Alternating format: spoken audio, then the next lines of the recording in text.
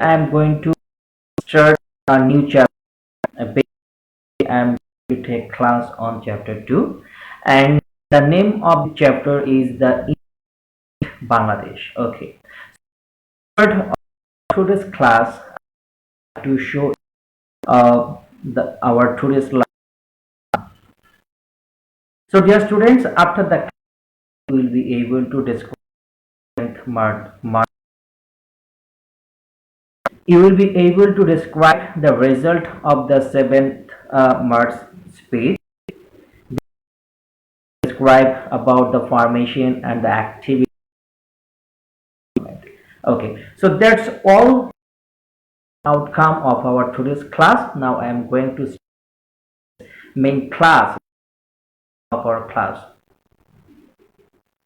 First of all, I am going to discuss about the background of the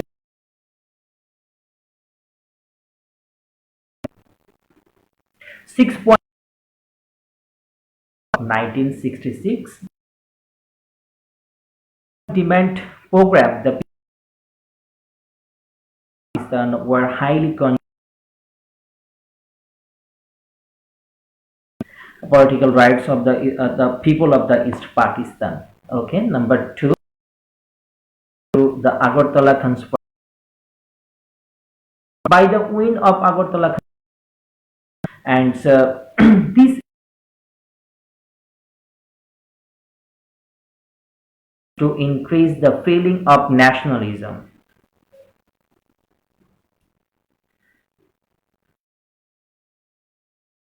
The mass upsurge of 1969. Basically, mass upsurge is against the running ruler. Okay, so all-out movement was happened in 1969 against the president. So after the mass upsurge, the people in East Pakistan don't did see the rulers from the armies, and they wanted to from the people. Incident was that the election of 1970. This election, basically in 1972, election was held on is the central election on 7 September 1960. On 17th December uh, of the provincial elections of the Pakistan. Okay, and in this the East Pakistan Awami League got landslide victory. So it was the common thing. The East Pakistan Awami League government, both the central and the provincial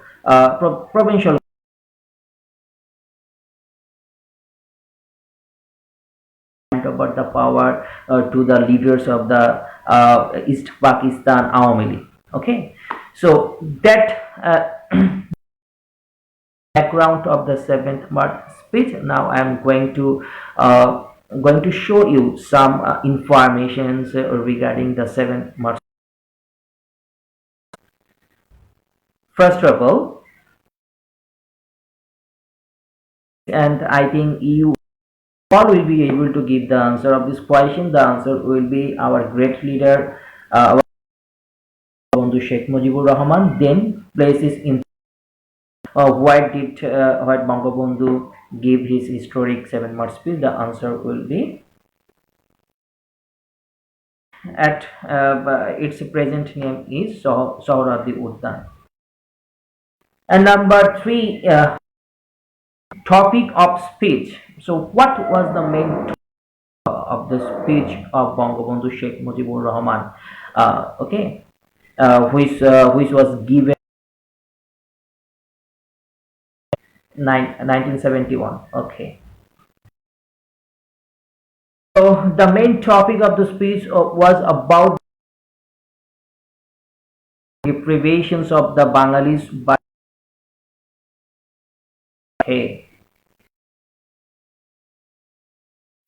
Now, most touching line of the speech.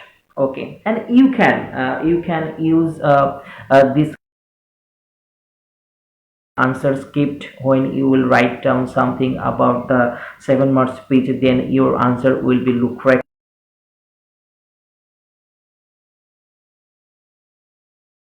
to write down in answer script. Okay, so what is the line? Build force in lab. As we have sacrificed our lives, we will sacrifice the people of this country. Inshallah, the struggle is independence. Okay, so dear students, from will not get all the information. Advise you to follow your the book.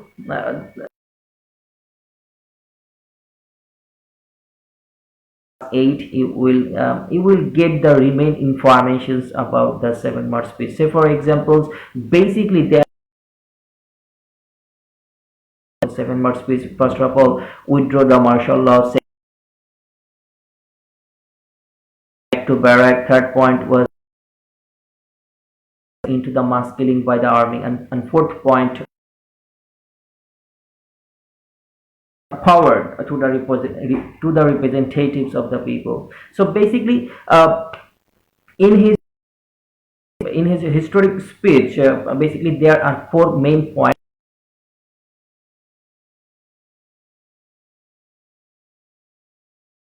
These points in your answer script, definitely you will get good marks in your examinations. Okay, again I want to share one information to you, that is 10 lakh people were present in this public meeting. So that's all about the 7 mark speech. Now I am going to discuss about the result of the 7 mark speech.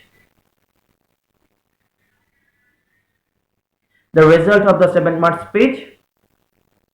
So first result is, by this speech Bangabandhu declared the independence of Bangladesh indirectly. Okay, though Bangabandhu declared the independence of Bangladesh on 26 March, the early hour of 26 March and the late night of 25th March. Okay, but he declared the independence of Bangladesh indirectly on 7th March in 1970 on in a public meeting which was occurred at Racecourse Field. Okay.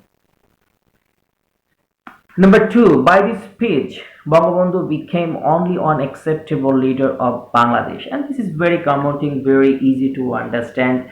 And he was a charismatic leader. Okay, and so what is charismatic leaders? Charismatic leaders means a leader who can influence his audience, influence his followers to achieve something. Okay. Number three, after the speech, President Yahya Khan was bound with Bangabandhu, but it was only for time. Okay, so what was people of Bangladesh boycott all the government offices and order of government. They started non-cooperation movement in So dear students, I would like to make understand one term with you, that is non-cooperation movement. So what is called non-cooperation movement? Non-cooperation movement is such a movement where the people of a country or a state or a society will not maintain the rules and regulations which were imposed by the government. Okay, that means I am a citizen of Bangladesh. If the people of Bangladesh don't follow the rules of present government, will be called the non-cooperation movement. Okay, but we will not do it as a citizens. We have to show our loyalty to our government. Okay, so this is to show the loyalty is one of the good qualities of a good citizens, and we want to be good citizens, so we should not break the laws of our country. Next thing is that after the speech, the coward military rulers made a blueprint named Operation Searchlight to kill the innocent people and to arrest Bangabandhu under the leadership of Rao Farman Ali and Tikka Khan. Before the arrest, Bangabandhu declared the independence of Bangladesh. So, dear student, many of the students don't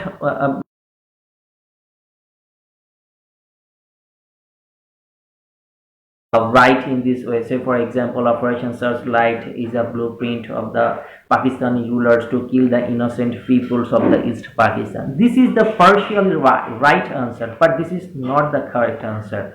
So basically, Operation Searchlight to kill the innocent people of the East Pakistan at the time to arrest our great leader Bangabandhu Sheikh Mujibur Rahman, at the time to control all the administrative buildings and all the cantonments of East Pakistan. So this, if you write down in this way, the answer will be more perfect. Okay, so before the arrest, Bangabandhu Sheikh Mujibur Rahman declared the independence of Bangladesh on the early hour of 26 March and the late.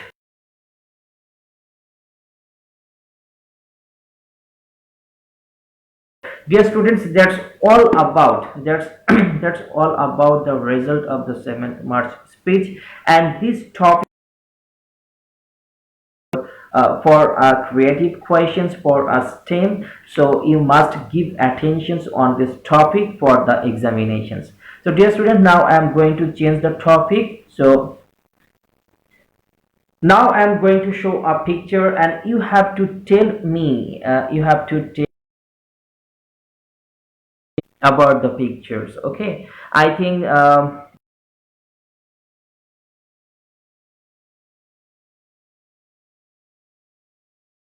Okay, and this is the pictures of 17 April 1979. Okay, during the oath ceremony. Okay, so dear students, now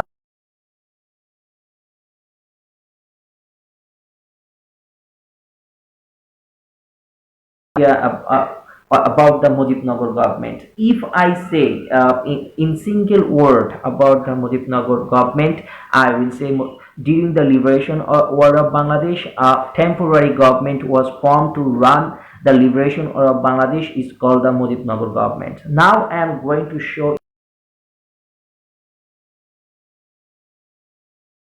So during the liberation war of Bangladesh, a temporary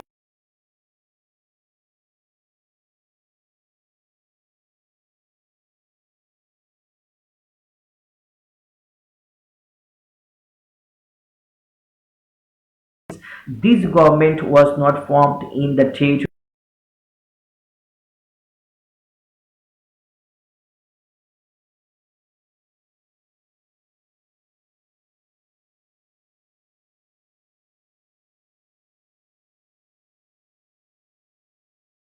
government. So this is all about Mujibnagar government in brief. Now I am going to discuss about the formations of Mujibnagar government. Okay. So first of all, the type of government.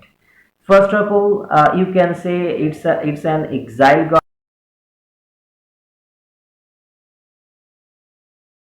Was formed in India and it runs its administrations from India. So this government is called the exile government. Then temporary government. This government was not the permanent government. This government was a temporary government or short-term government, which main duty was to run the liberation war of Bangladesh. The first government, again we can say Mujibnagar government is the first government of Bangladesh. So that's all about the type of government. Next thing is that form.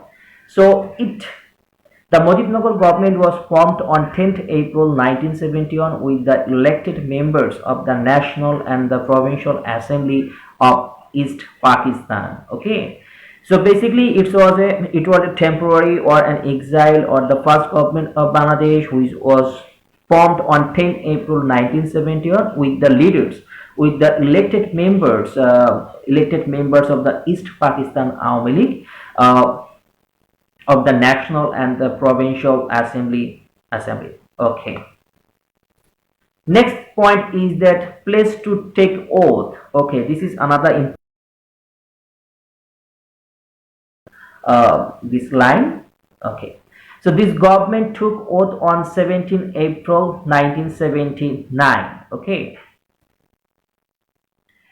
at a mango grove of Bodhanath Tala of Meherpur. Okay, and it was named Mujibnagar as per the name of Bangabandhu Sheikh Mujibur Rahman. So this information is one of the vital information regarding the formation of the Mujibnagar government. First of all, the Mujibnagar government formed in 10 April 1971, and it took oath on 17 April 1971 at a mangrove of Bodhanath village of Meherpur subdivision. That time Meherpur was subdivisions, and it was named as per the name of Bangabandhu Sheikh Mujibnagar, as per the name of the Bangabandhu Sheikh Mujibur Rahman. Now I am going to show you the members of the Mujibnagar government. So basically, or the structure of the Mujibnagar government. Basically, there are the 6 members of the Mujibnagar government. First of all, the President and Commander-in-Chief of the Liberation War, Bangabandhu Sheikh Mujibur Rahman. Okay, dear students, there is a confusion about the commander-in-chief and commandant in the liberation war. Okay, commander-in-chief will be the president. That means Sheikh Mujibur Rahman was the commander-in-chief of the liberation war, but commandant-in-chief of liberation war was M.A.G. Osmani. That means Ataul Guni Osmani. Okay, Colonel Ataul Guni Osmani. Next, Vice President Syed Nazrul Islam, and he was acting. He was performing as acting president in absence of Bangabandhu Sheikh Mujibur Rahman. And number 3, Prime Minister Tajuddin Ahmed, and this is the person who played a great role in our liberation war after Bangabandhu Sheikh Mujibur Rahman. Then Finance Minister M. Mansoor Ali.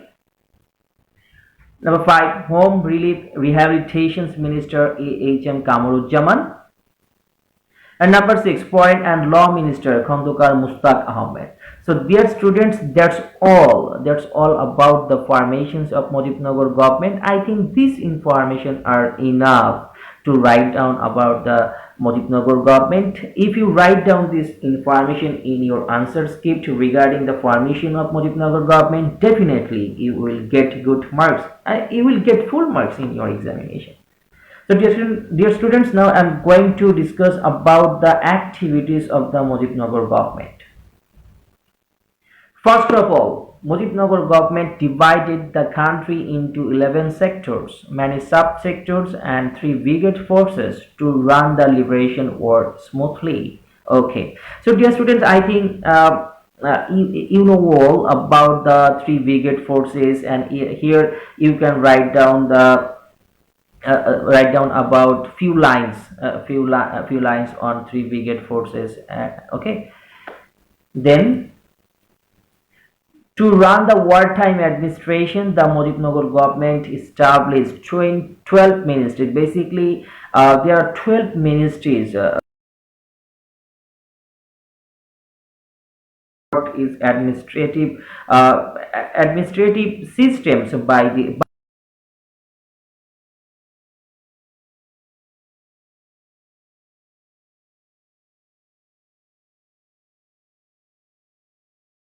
Washington, New York, and Stockholm of the world. These missions of Bangladesh from the world community. Okay, so dear student, here I want to share one thing with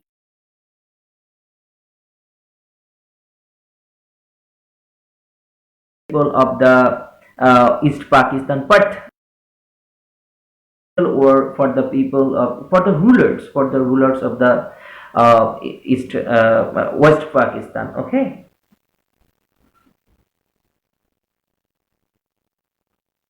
Then the Mujibnagar government appointed Justice Abu Said Chaudhry as a special envoy. He visited many countries during the. So this is very clear, and this government appointed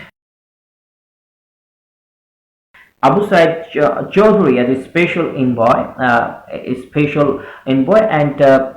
and his main duty was to visit different countries and to get support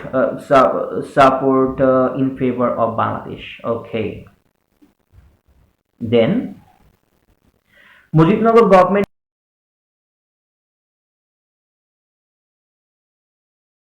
refused shelters in border area of India in 1971. And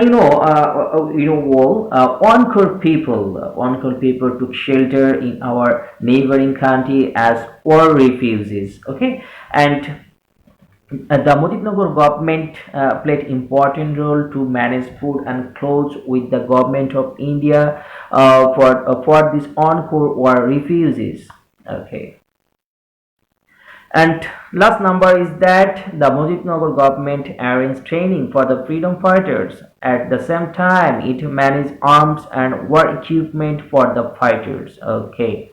So dear student, that's all about the activities of Mujibnagar government. But you can hear some informations from the book of class 8. Okay, and there you will get some information like the Mujibnagar government divide the whole country into 11 administrative zones. Okay, so this is another important information, and you will get these informations from the book of class 8. Okay, again Mujibnagar government formed an advisory committee, and the member of this advisory committee was 9. Okay, so these two information you can hear from class 8. So you are the most mature boys in secondary level. So you can hire some information, or sometimes you can use some